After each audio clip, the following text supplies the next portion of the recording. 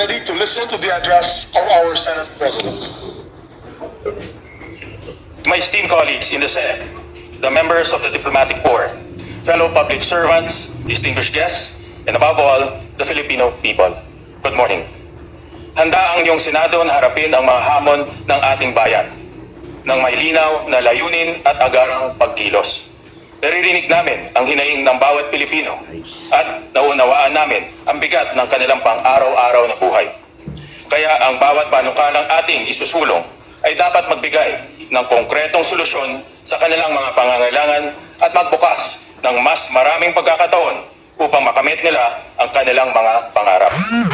Our work begins with the economy because no vision of national progress can take hold while families struggle to meet their basic needs. The Development Budget Coordination Committee reduced our country's economic growth forecast for 2026 from 5 to 6% to 3.5 to 4.5%. At the lower end of the revised range, annual growth would be the slowest recorded since 2009, excluding the pandemic. These numbers are not abstract. They translate into lower incomes, fewer job opportunities, and heavier burdens for families struggling to get by. This concern is echoed in the projections of the International Monetary Fund and the Asian Development Bank. The IMF reduced its 2026 growth forecast from 4.1% to 3.9%, while the ADB lowered its forecast from 4.4% to 3.8%. The most urgent point of concern, therefore, is getting the Philippine economy back on track. To this end, this Congress will prioritize legislation aimed at invigorating the nation's economy in support of this administration's objective. Furthermore, genuine economic recovery cannot be measured by growth figures alone. It must be felt in the things that really matter: affordable goods and services, secure jobs, and food on the table. The national budget is our most powerful tool for stimulating the economy. It is imperative that the 2027 national budget be passed on time. Its timely passage allows funding to reach critical services and ensures that new projects can begin as scheduled and meet their deadlines. The Senate also introduced significant transparency and accountability reforms in the 2026 budget process, including the live streaming of the bicameral conference and the uploading of all budget documents to the Senate Transparency Portal. These reforms must continue so our people can see that government is accountable and reliable. Kasabay ng maagap at masusing pagpapasa ng pambansang budget para sa susunod na taon, 5 pangunahing usapin ang tututukan ng inyong Senado. Mataas na presyo ng mga bilihin, maliit na take-home pay ng mga manggagawa, mahal na singil sa kuryente, kakulangan sa infrastruktura at transportasyon, at kawalan ng kasiguraduhan sa hanapbuhay. Anuman ang ating katayuan sa buhay, ramdam nating lahat ang bigat ng mga problemang ito. First, we will address the continued rise in food prices. Over the past year, the average price of regular milled rice, a staple in every Filipino household, increased by almost 20%. Upang matiyak ang sapat na supply at abot-kayang presyo ng bigas, bibigyan natin ng prioridad ang mga amenda sa Rice Tarification Law na kabilang sa mga prioridad na panukala ng LEDA. Titiyakin din natin sapat ang reserbang bigas ng NFA habang pinoprotektahan ang kita at kabuhayan ng ating mga magsasaka. Pangalawa, sa ating tututukan ang perang na iuuwi ng ating mga manggagawa. Dito nakasalalay ang kanilang kakayahang mapag-aral ang kanilang mga anak, magbayad ng kuryente at matugunan ang mga pangangailangan ng kanilang pamilya. Dahil sa mataas na inflation, nabawasan ang purchasing power o tunay na halaga ng perang kinikita ng ating mga kababayan. Ang halaga ng 100 piso noong 2018 ay katumbas na lamang ng 74 pesos ngayon. Kaya magiging prioridad ng inyong Senado ang ginhawa bill. Simple ang layuning ito, dagdagan ang take-home pay ng ating mga manggagawa. Sa ilalim ng panukala, ang kumikita ng hanggang 400,000 pesos sa isang taon ay hindi na magbabayad ng income tax. Tataasan din natin ang tax-free ceiling para sa mga bonus. Alisin din ang buwis sa overtime pay, holiday pay, night shift differential, hazard pay at service charge. Third, we will address the rising cost of electricity. Since December of last year, residential electricity rates in Metro Manila have steadily increased.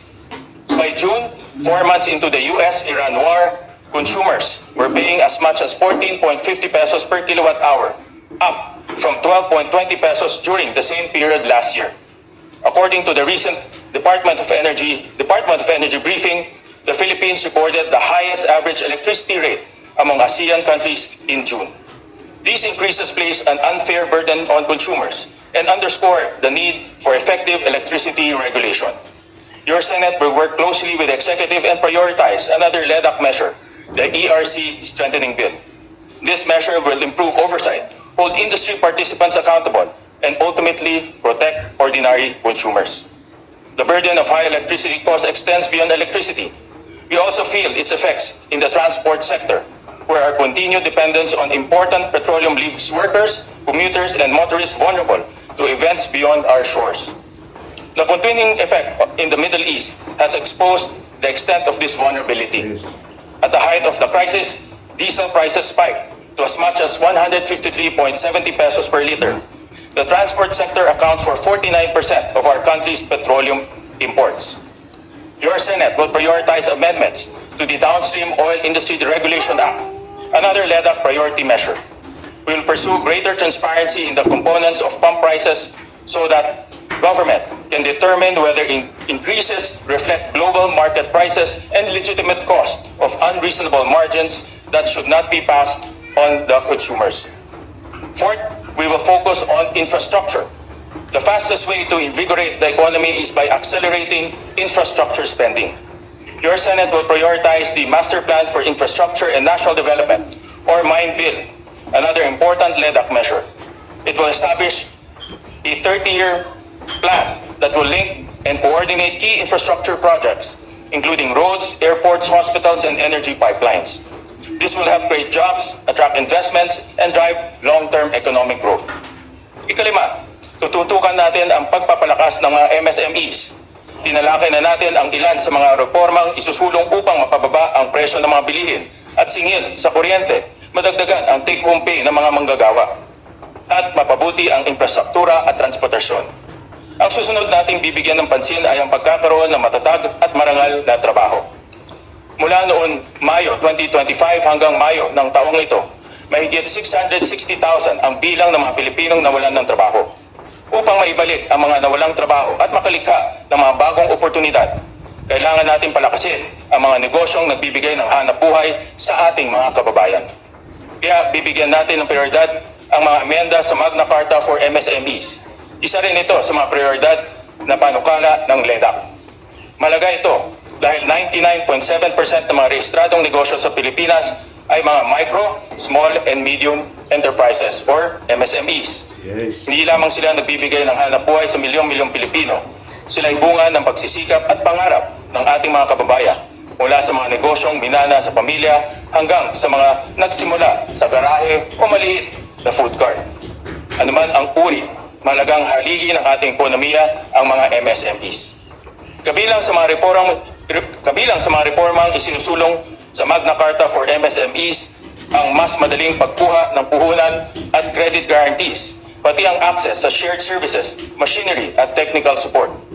Mabibigyan ang ating mga MSMEs ng mas maraming pagkakataong makilahok sa mga proyekto ng gobyerno. Pabibilisin din natin ang proseso ng pagbabayad sa kanila. Malaking bagay ito sa pagpapalawak at modernisasyon ng negosyo. Sa ganitong paraan, matutulungan natin makaraos ang mga MSMEs sa paghina ng ekonomiya para hindi mawalan ng trabaho ang kanilang mga empleyado. The 5 aspects we have discussed are closely interconnected. Reforms in one area have effects that ripple into others. Strong coordination is therefore essential to ensure that the laws we pass are relevant, coherent, and effective. Thus, I propose the creation of an ad hoc committee tasked with helping drive economic growth, create jobs, and make the cost of living more affordable for every Filipino. Strengthening our economy requires a concerted effort, proactive action, and reforms that will endure beyond a single administration. My fellow senators, these priorities touch the daily life of every Filipino. When these systems work, they create opportunities, lift families out of poverty, strengthen communities, and drive national progress. When they fail, they burden our people, close the door to their aspirations, and hold back our nations for generations. We will maintain our commitments and reforms to education, health, and social protection. These are also essential investments in the future of our people, vital components to our long-term growth, and meaningful response in times of natural disasters. We will give close and sustained attention to preserving the gains made possible by our historic 1.3 trillion peso education budget for fiscal year 2026, equivalent to 4.4% of our country's GDP. This gives us a genuine opportunity to pursue significant reforms in a sector that shapes the lives of Filipino learners and determines the future of our nation. Maraming pagsubok ang hinarap ng ating bansa nitong mga nagdaang buwan. Ngunit sa bawat hamon, patuloy na ipinapakita ng bawat Pilipino ang kanilang tatag, sipag at kakayahang bumangon. Let us build an economy worthy of the strength of our people, one where work provides security, daily needs are within reach, and the fruits of growth are felt in every Filipino home. Let us be a nation that fulfills our potential, where laws protect livelihoods, institutions safeguard our people's well-being, and the government delivers effective, consistent, and compassionate service. The task before us is urgent and clear. Let us come together as one Senate, one government, one people, and set our nation towards a horizon of progress for every Filipino in every generation. Maraming salamat po. Mabuhay ang Senado, mabuhay ang Pilipinas.